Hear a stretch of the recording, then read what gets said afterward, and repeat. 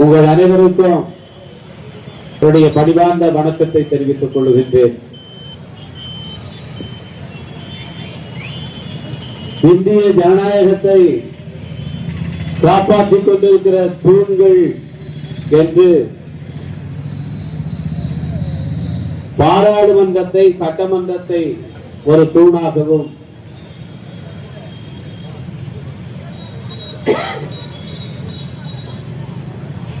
நீதித்துறையை இன்னொரு தூணாகவும், நிர்வாகத்தை மற்றொரு தூணாகவும் கூறுவார்கள். அதன் பிறகு ஊடகங்களை நான்காவது தூண் என்று அழைப்பது உண்டு. இன்றைக்கு இந்திய ஜனநாயகத்தினுடைய அதிகாரம் யாரிடம் இருக்கிறது என்கின்ற கேள்வியை அவ்வப்போது ஆட்சியாளர்கள் எழுப்புவதுண்டு. பாராளுமன்றம் உயர்ந்ததா, நீதிமன்றம் உயர்ந்ததா என்ற பிரச்சனையை அண்மை காலமாக பாஜகவை சேர்ந்தவர்கள் எழுப்பி வருகிறார்கள். ஏனென்று சொன்னால், பாரதிய ஜனதா கட்சி 2014 ஆண்டு ஆட்சிக்கு வந்ததிலிருந்து அவர்கள் கொஞ்சம் கொஞ்சமாக இந்த நாட்டை இந்து ராஷ்டிரமாக மாற்றி அமைப்பதற்கான செயல் திட்டத்தில் இருக்கிறார்கள். புரட்சியாளர் அம்பேத்கர் வகுத்து தந்த அரசமைப்பு சட்டம், அந்த அரசமைப்பு சட்டம் தான் இன்றைக்கு இந்தியாவை ஒரே நாடாக காப்பாற்றிக் கொண்டிருக்கிறது. 1917 ஆண்டு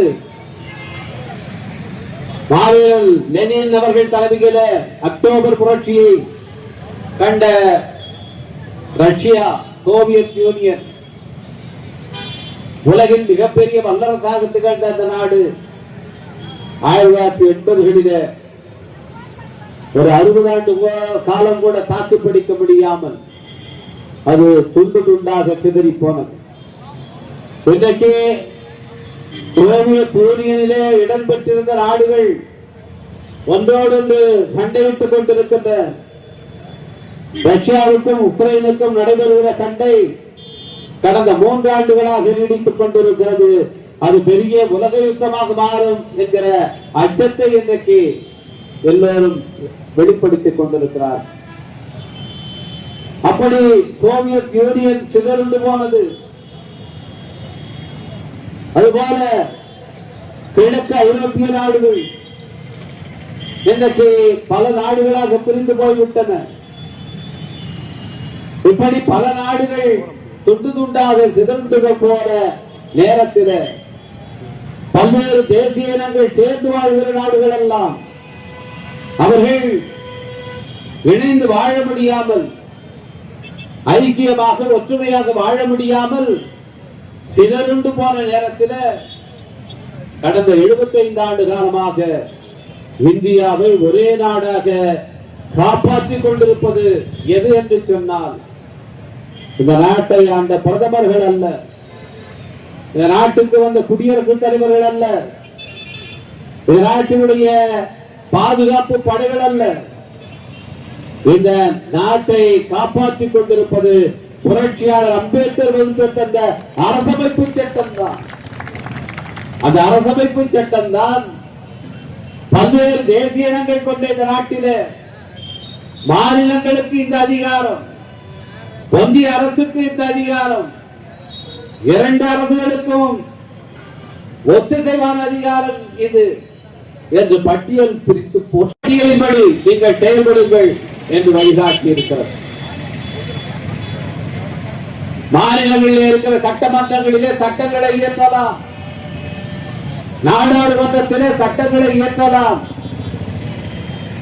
அந்த சட்டங்கள் அரசமைப்பு சட்டத்தினுடைய அடிப்படையோடு முரண்படாமல் இருக்க வேண்டும். சட்டம் இயற்றுவதற்கு மக்களுடைய பிரதிநிதிகளாக போயிருக்கிற எம்எல்ஏக்களுக்கு அதிகாரம் இருக்கிறது, எம்பிக்களுக்கு அதிகாரம் இருக்கிறது.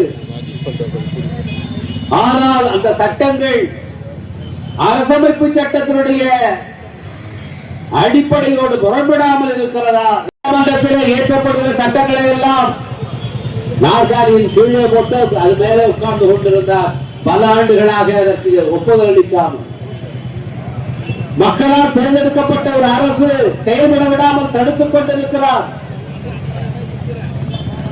நம்முடைய மாண்புமிகு முதலமைச்சர் அவர்கள் பொறுத்து பார்த்து உச்சநீதிமன்றத்திலே வழக்கு தொடுக்கிறார். ஆளுநர் தன்னுடைய அதிகாரத்தை தவறாக பயன்படுத்துகிறார். சட்டமன்றத்தில் இயற்றப்படுகிற மசோதாக்களுக்கு அவர் ஒப்புதல் வழங்க வேண்டியதுதான் கடமை. அரசமைப்பு சட்டம் அதுதான் சொல்கிறது. அமைச்சரவை எடுக்கிற முடிவுக்கு அவர் கட்டுப்பட்டவர். அவருக்கு இந்த சரியான அதிகாரம் எதுவும் கிடையாது. அப்படி இருக்கும் போது இந்த சட்ட மசோதாக்களை எல்லாம் அவர் அப்படியே கிடப்பில் போட்டு வைத்திருக்கிறார். இதனால் தமிழ்நாடு அரசே செயல்பட முடியாத நிலை இருக்கிறது என்று உச்சநீதிமன்றத்தில் வழக்கு தொடுத்த போது உச்சநீதிமன்றம் அதை விரிவாக ஆராய்ந்து ஆளுநருக்கு பிரத்யேகமாக அப்படி இந்த அதிகாரமும் இல்லை. தமிழ்நாடு ஆளுநர் ஆர்.என். ரவி எடுத்த நடவடிக்கை சட்டவிரோதமானது. எனவே அவருக்கு அனுப்பப்பட்ட சட்டங்கள் மசோதாக்கள் எல்லாமே நிறைவேறிவிட்டதாக நாங்கள் அறிவிக்கிறோம், அவையெல்லாம் சட்டங்களாகிவிட்டன என்று அறிவித்தது மட்டுமல்ல, அத்துடன் என்ன சொன்னார்கள் என்றால், இனிமேல் ஆளுநருக்கு எந்த மசோதா போனாலும் குறிப்பிட்ட காலத்துக்குள் அவர்களுக்கு ஒப்புதல் வழங்க வேண்டும். ஆளுநர் மட்டுமல்ல, குடியரசுத் தலைவரும் நாடாளுமன்றத்திலிருந்து ஒரு மசோதா நிறைவேற்றப்பட்டு அனுப்பப்பட்டால் அதற்கு ஒப்புதல் வழங்க வேண்டும். குறிப்பிட்ட காலத்துக்கு மேல் அதை கிடப்பில் போட்டு வைத்திருக்க கூடாது என்று கால நிர்ணயம் செய்தார்கள். உச்ச நீதிமன்றம் தன்னுடைய சிறப்பு அதிகாரத்தின் அடிப்படையில் இந்த தீர்ப்பை வழங்கி இருக்கிறது. இந்த நிலையில் மீண்டும் பாஜகக்காரர்கள் அமைச்சர்கள் என்ன பிரச்சனையை கிளப்புகிறார்கள் என்றால், நாங்கள் எல்லாம் மக்களால் தேர்ந்தெடுக்கப்பட்டவர்கள், நாங்கள் இயற்றுகிற சட்டங்கள் அதன் அடிப்படையிலே தீர்ப்பு சொல்வதுதான் நீதிமன்றங்களுடைய வேலை. எங்களுக்குத்தான் அதிக அதிகாரம் இருக்கிறது, நீதிமன்றம் இப்படி சொல்ல முடியாது என்றெல்லாம் பேசினார்கள். அப்போதுதான் நம்முடைய உச்ச நீதிமன்ற தலைமை நீதிபதி சொன்னார், நாடாளுமன்றத்துக்கு அதிக அதிகாரம் இருக்கிறதா, உச்ச நீதிமன்றத்துக்கு அதிக அதிகாரம் இருக்கிறதா என்று நீங்கள் எல்லாம் கேட்கிறீர்கள். இரண்டுக்குமே இல்லை. இந்த நாட்டினுடைய உச்சபட்ச அதிகாரம் அரசமைப்பு சட்டத்துக்குத்தான் இருக்கிறது. அந்த அரசமைப்பு சட்டத்துக்கு கட்டுப்பட்டதுதான் நீதிமன்றம், அந்த அரசமைப்பு சட்டத்துக்கு கட்டுப்பட்டதுதான் நாடாளுமன்றம் என்று நம்முடைய உச்ச நீதிமன்ற தலைமை நீதிபதி அவர்கள் சொன்னார். பாஜக அரசாங்கம் அவருடைய ஆதரவாளர்கள், தங்க பரிவாரங்கள் ஏற்கனவே அயோத்தியிலே இருந்த பாபர் மசூதியை இடித்தார்கள். இன்றைக்கும் பல்வேறு மசூதிகளை இடிப்பதற்கு முயற்சி செய்கிறார்கள். அது மட்டுமல்ல, அரசியல் சாசனம் உருவாக்கி இருக்கின்ற பல்வேறு அமைப்புகளை சிதைத்துக் கொண்டிருக்கிறார்கள். தேர்தல் ஆணையம் இன்றைக்கு அவர்களுடைய எடுபடி அமைப்பாக மாற்றப்பட்டிருக்கிறது. இன்றைக்கு கூட உச்ச நீதிமன்றத்திலே வழக்கு நடக்கிறது. பீகாரிலே அவர்கள் செய்து கொண்டிருக்கிற குளறுபடிகள் இந்திய ஜனநாயகத்தின் அடிப்படையாக இருக்கின்ற தேர்தல் முறையை ஒழித்து கட்டுவதாக இருக்கிறது. இதே உச்ச நீதிமன்றம் தலையிட்டு இருக்கிறது. இந்த நிலையிலே தங்களுடைய தில்லுமுல்லுகள் எல்லாம் உச்ச நீதிமன்றத்தால் அவ்வப்போது அம்பலப்படுகிறது என்ற ஆத்திரத்தில் இன்றைக்கு சனாதனவாதிகள் நீதித்துறையின் மீது கோபம் கொண்டவர்களாக இருக்கிறார். நீதித்துறையிலே ஏராளமான நீதிபதிகள் அவர்களால் நியமிக்கப்பட்டவர்கள், இல்லை சொல்ல போனால் பாஜக ஆதரவாளர்கள் அதிகமாக நீதித்துறையில் இருக்கிறார்கள். உயர் நீதிமன்றங்களில் நீதிபதிகளாக நியமிக்கப்படுகிறவர்கள் உச்ச நீதிமன்றத்துக்கு நீதிபதிகளாக தேர்ந்தெடுக்கப்படுகிறவர்கள் இன்றைக்கு கடந்த 10 ஆண்டுகளாக பெரும்பான்மை பாஜக ஆதரவாளர்களாக RSS உறுப்பினர்களாக இருக்கிறார்கள். நீதிபதிகளே சொல்லுகிறார்கள், நான் RSS இயக்கத்தில் இருந்தவர். இப்படியான நிலையில 1-2 நீதிபதிகள் தான் இன்றைக்கு நேர்மையாக அரசமைப்பு சட்டத்தை பாதுகாக்க வேண்டும் என்கிற அக்கறையோடு செயல்படுகிறார். அவர்களையும் செயல்பட விடாமல் தடுப்பது, அவர்களையும் அச்சுறுத்துவது என்ற வேலையிலே இன்றைக்கு சங்க பரிவாரங்கள் இறங்கி இருக்கிறார். உச்ச நீதிமன்ற தலைமை நீதிபதி B.R. கவாய் அவர்கள் மீது நடத்தப்பட்டிருக்கிற இந்த தாக்குதல் ஏதோ ஒரு தனிமனிதன் செய்த தாக்குதல் அல்ல. இதற்கான சூழ்நிலை உருவாக்கி இருப்பது பாஜக ஆட்சி, மோடி ஆட்சி. இன்றைக்கு இந்த நாட்டிலே சட்டத்தின் ஆட்சி இல்லை, சனாதன கொள்கையின் அடிப்படையில் தான் இந்த நாடு செயல்படுகிறது என்ற எண்ணத்தை அவர்கள் ஏற்படுத்திக் கொண்டிருக்கிறார்கள். எத்தனையோ சட்டங்கள் இருந்தாலும், கிரிமினல் சட்டங்கள், சிவில் சட்டங்கள் இருந்தாலும், ஒரு இஸ்லாமியரை ஏதாவது ஒரு காரணம் சொல்லி அவரை தாக்கலாம். அப்படி தாக்கினால் அதற்கு எந்த தண்டனையும் இல்லை என்ற நிலை இன்றைக்கு பல மாநிலங்களே உருவாக்கப்பட்டிருக்கிறது. இஸ்லாமியருடைய சொத்துக்களை, அவருடைய வணிக நிறுவனங்களை, அவர்களுடைய வீடுகளை புல்டோசர் கொண்டு இடிக்கிறார்கள். அரசாங்கமே செய்கிறது. உத்தரப்பிரதேசத்தில் இது தொடர்பான வழக்கு உச்ச நீதிமன்றத்துக்கு வந்தது. தலைமை நீதிபதி B.R. கவாய் சொன்னார், இந்த புல்டோசர் நீதியை நான் ஏற்றுக்கொள்ள முடியாது, உச்ச நீதிமன்றம் ஏற்றுக்கொள்ளாது என்று கராராக சொன்னார். இப்படி புல்டோசர்களை கொண்டு வெடிப்பதற்கு சட்டத்தில் எங்கேயும் இடமில்லை, அவை உடனடியாக நிறுத்தப்பட வேண்டும் என்று உத்தரவிட்டார். வங்கிகளுக்கு இன்றைக்கு ஏற்பட்டிருக்கிற ஆத்திரம் அதுதான். B.R. கவாய் அவர்கள் பட்டியல் சமூகத்தைச் சேர்ந்தவர், அதனால் அவரை தாக்கிவிட்டார்கள் என்று மட்டும் நாம் எண்ணிவிடக் கூடாது.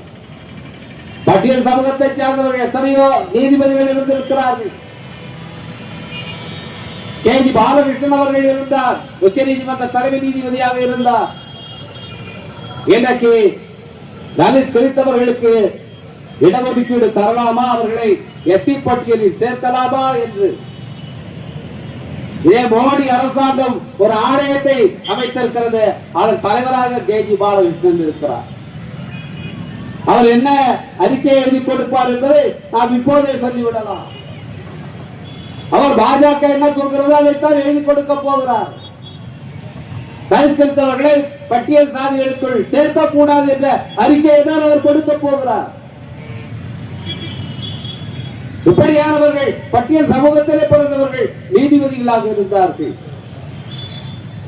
அவர்களெல்லாம் சங்க பரிவாரத்தை சேர்ந்தவர்கள், பிஜேபி காரர்கள், RSS காரர்கள் எதிரிகளாக பார்க்கவில்லை. என்ன என்ன கருத்தியலை அவர் பின்பற்றுகிறார் என்பதை பார்க்கிறார்கள்.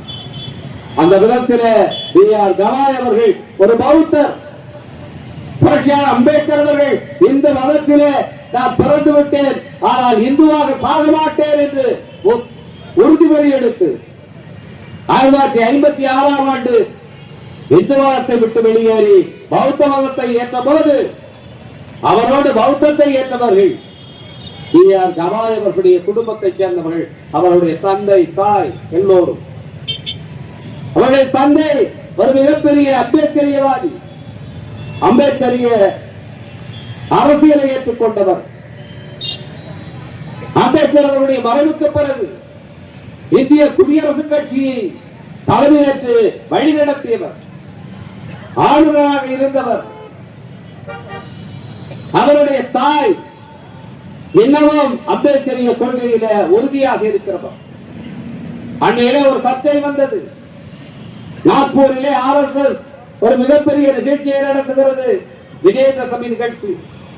அந்த விஜயதசமி நிகழ்ச்சிக்கு உச்ச நீதிமன்ற தலைமை நீதிபதி BR கவாய் அவர்களுடைய தாயாரை அழைக்கப் போவதாக ஒரு செய்தி பரவியது.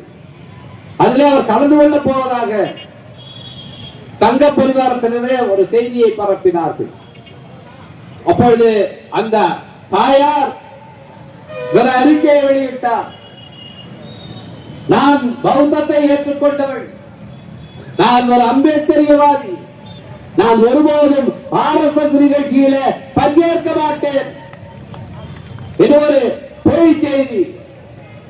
நான் விஜயதசமியை ஏற்றுக்கொள்வதல்ல. அசோக பேரரசர் ஒரு மாபெரும் கலிங்க யுத்தத்தை நடத்தி அதில் வெற்றி பெற்று பல்லாயிரக்கணக்கான உயிர்கள் அந்த யுத்தத்திலே பறிபோனதை பார்த்து மனம் மாறி பௌத்தத்தை ஏற்றுக்கொண்டார். அந்த நாளை நாங்கள் அசோக விஜயதசமி என்று நாங்கள் கடைபிடிக்கிறோம். நாங்கள் அசோக விஜயதசமியை கடைபிடிக்கிற பௌத்தர்கள் RSS விஜயதசமியில நாங்கள் பங்கேற்க மாட்டோம் என்று தெளிவாக ஒரு அறிக்கையை வெளியிட்டார் போன வாரத்தில். ஏன் RSS காரர்கள் BJP காரர்கள் உச்ச நீதிமன்ற தலைமை நீதிபதியை குறிவைக்கிறார்கள் என்பதை நீங்கள் புரிந்து கொள்ள வேண்டும். இந்த கருத்தியல் பின்னணிதான் அதற்கு காரணம். எனவே இந்த ஆத்திரத்தில் இவரை அவமானப்படுத்த வேண்டும், இவரை அச்சுறுத்த வேண்டும் என்று ஒருவன் உச்ச நீதிமன்றத்திலே வழக்கு விசாரணை நடந்து கொண்டிருக்கிற நேரத்திலேயே அவரை தாக்குகிறான் சொன்னால் இது தானாக நடந்ததல்ல. அவன் சொல்கிறார், கடவுள் வந்து என்னை கனவிலே சொன்னார், நீ எப்படி இதெல்லாம் கேட்டுக்கொண்டு சும்மா இருக்கிறாய் என்று கனவிலே சொன்னார். நாமுக்கும் தான் கனவு வரும். இப்படியான பயன்கள் எல்லாம் நசுக்க வேண்டும் என்ற கனவு இங்க இருக்கிறவருக்கு வராதா? சனாதன பயங்கரவாதிகளை ஒழித்து கட்ட வேண்டும் என்கிற கனவு உங்களுக்கு வராதா? இப்படி எனக்கு கனவு வந்தது, அம்பேத்கர் எங்கள் கனவிலே வந்து சொன்னார், சனாதன பயங்கரவாதிகளை ஒழித்து கட்டுங்கள் என்று சொல்லி நான் சொல்லி இப்படியான பயங்கரவாதிகளை நாமே தண்டனை கொடுப்பதற்கு சட்டத்தை நம் கையில் எடுத்துக் கொண்டால் இங்க இருக்கிற அரசாங்கம் வேடிக்கை பார்க்குமா? காவல்துறை வேடிக்கை பார்க்குமா? நீதிமன்ற வேடிக்கை பார்க்குமா? என்னைக்கு அப்படியான ஒரு பயங்கரவாதி உச்ச நீதிமன்ற தலைமை நீதிபதியை தாக்கிவிட்டு ஊடகங்களுக்கு பேட்டி கொடுத்துக் கொண்டிருக்கிறார். பிரதமர் சொல்கிறார், நான் மிகவும் வேதனை அடைந்தேன். அவ்வளவுதான். ஒரு செய்தியை எக்ஸ்தலத்திலே பதிவிட்டு விட்டு அதோடு அவர் போய்விட்டார். கட்சிக்காரர்களுக்கு இது நடந்திருந்தால், அமைச்சர்களுக்கு நடந்திருந்தால், ஏன் அமைச்சர்கள் இன்னைக்கு சாதாரண அவர்களுக்கெல்லாம் எக்ஸ் பிரிவு ஒய் பிரிவு பாதுகாப்பை கொடுக்கிறது ஒன்றிய அரசாங்கம். நம்ம பாஜகவுடைய முன்னாள் தலைவர் அண்ணாமலை சனா ஏதாவது போலி கிளப்பி விடுவதை வேலையாக தொழிலாக வைத்துக் கொண்டிருக்கிறார்.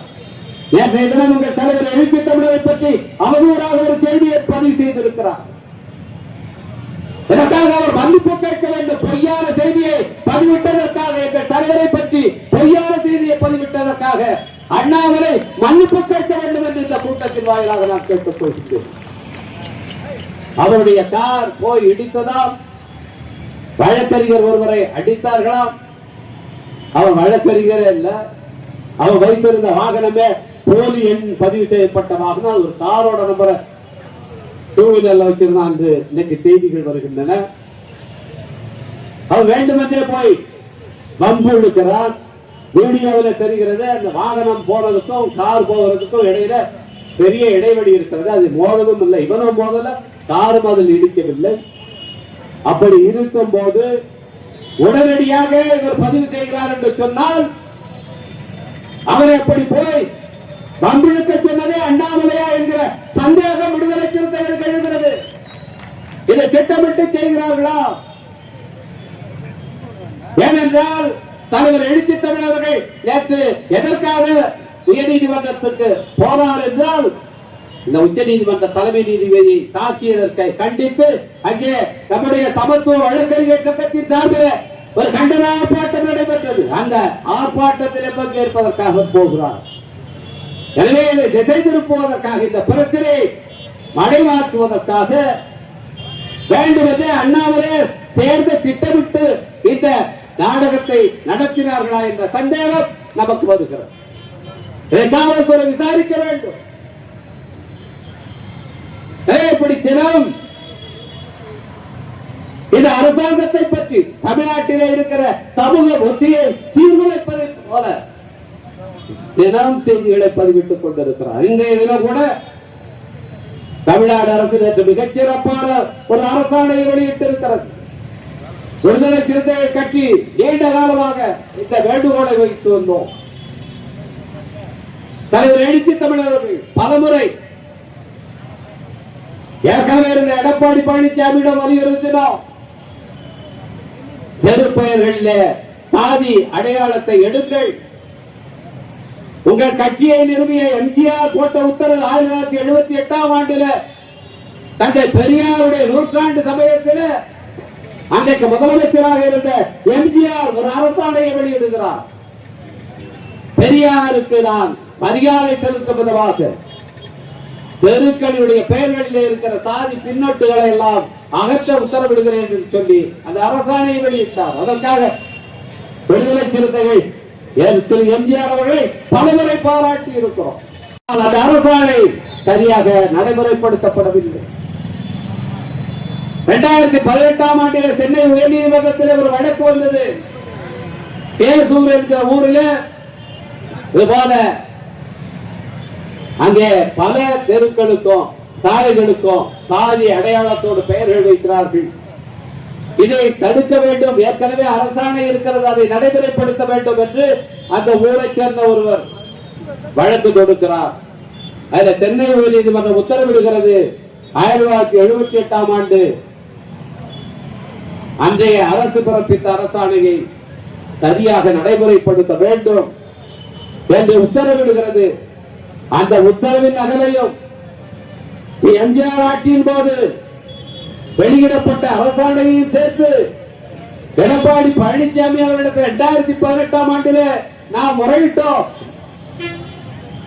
உங்கள் தலைவர், உங்கள் கட்சியுடைய நிறுவனர் வெளியிட்ட அரசாணை அதை நடைமுறைப்படுத்த வேண்டும் என்று சொல்லி சென்னை உயர்நீதிமன்றம் உத்தரவிட்டிருக்கிறது. எனவே இதை செயல்படுத்துங்கள் என்று கேட்டபோது அவர் செயல்படுத்தவில்லை. ஏன்னா இன்னைக்கு அவர் 2018 எடப்பாடி பழனிசாமி எம்ஜிஆர் அவர்களை தலைவராக கருதவில்லை. மறைந்த தலைவர் செல்வி ஜெயலலிதா அவர்களை தலைவராக கருதவில்லை. அவர் மோடியையும் அமித்ஷாவையும் தான் தன்னுடைய தலைவராக கருதுகிறார். இப்போது அப்படித்தான்.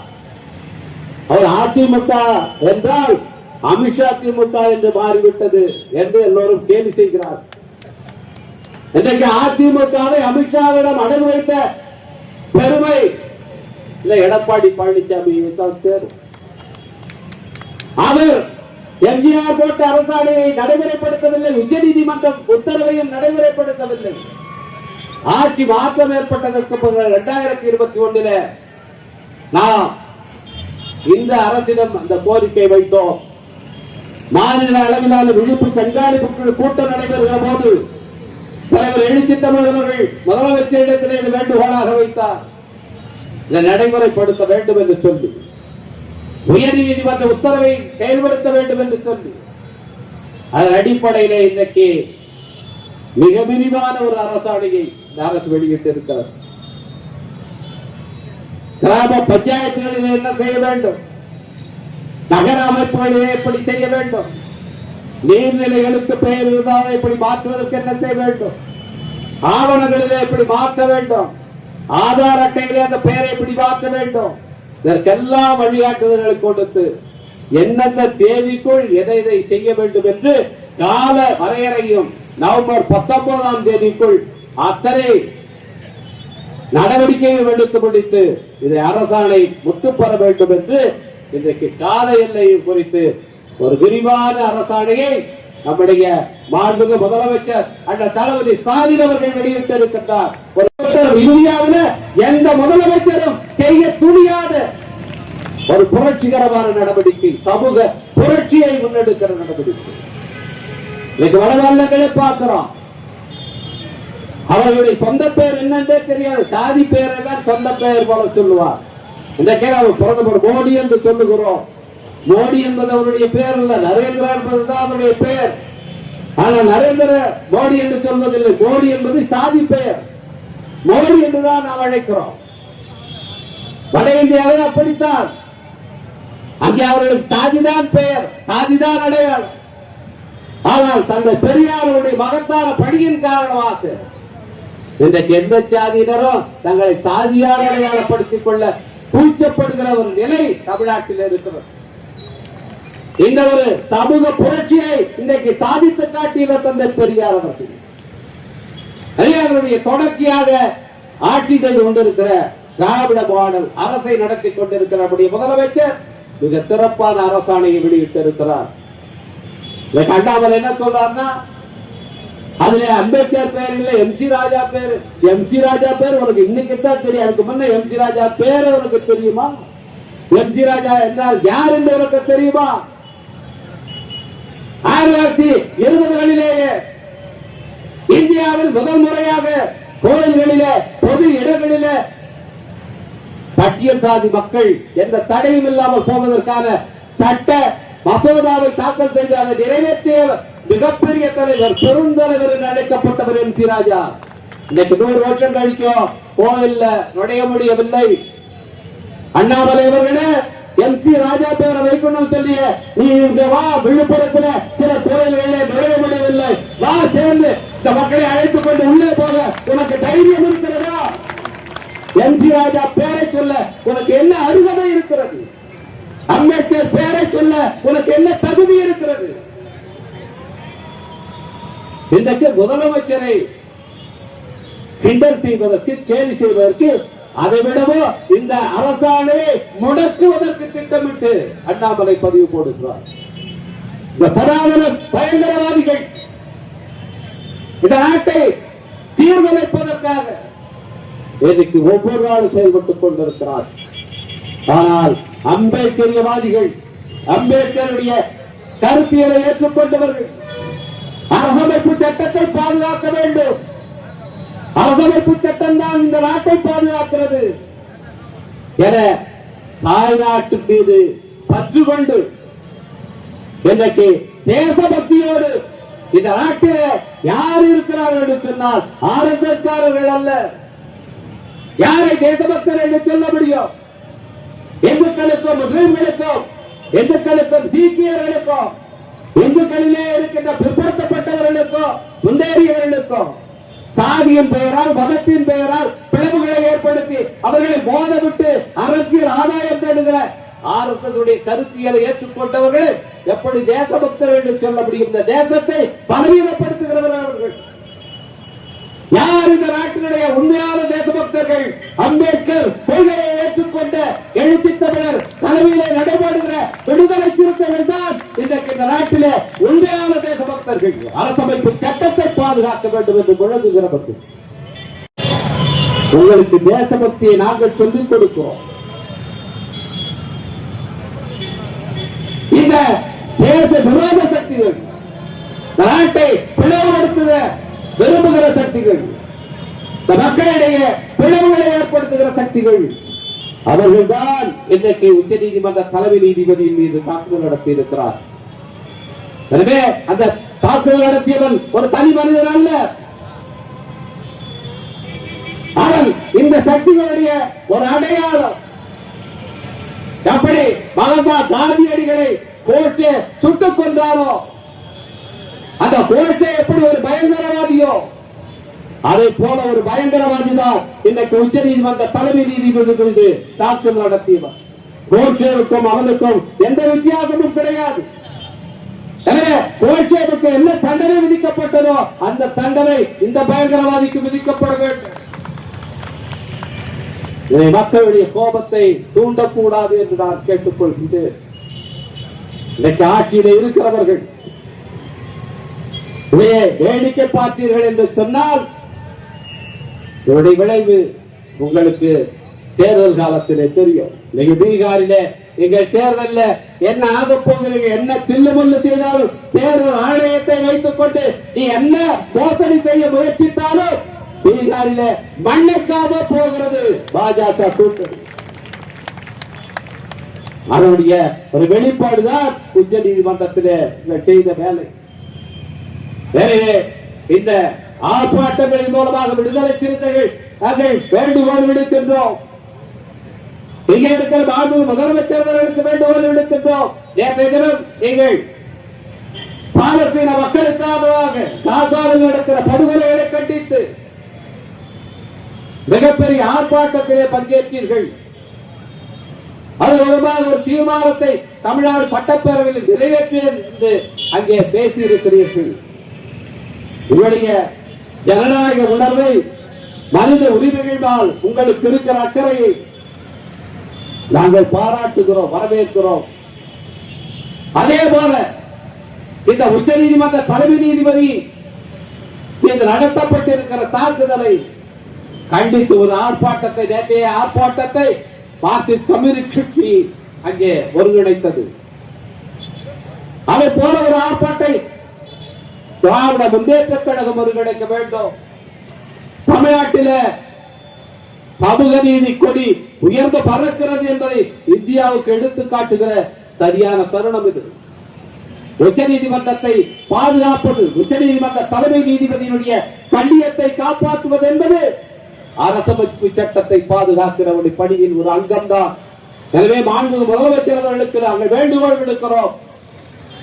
அனைத்து கட்சிகள், ஜனநாயக அமைப்புகளின் சார்பில் இதை கண்டித்து நீங்கள் ஒரு குரலை வலுவாக எழுப்ப வேண்டும் என்று நாங்கள் கேட்டுக் கொள்கின்றோம். ஒன்றிய மோடி அரசு இந்த பயங்கரவாதி மீது வழக்கு பதிந்து அவரை பயங்கரவாத தடுப்பு சட்டத்தின் கீழ் தலைப்படுத்த வேண்டும் என்று வேண்டுகோள் விடுத்து சிறப்பான ஆர்ப்பாட்டத்தை ஒருங்கிணைத்த அனைத்து மாவட்ட செயலாளர்களுக்கும் இங்கே பங்கேற்று இருக்கின்ற அனைத்து தோழர்களுக்கும் நன்றி கூறி அமைகிறேன். வணக்கம்.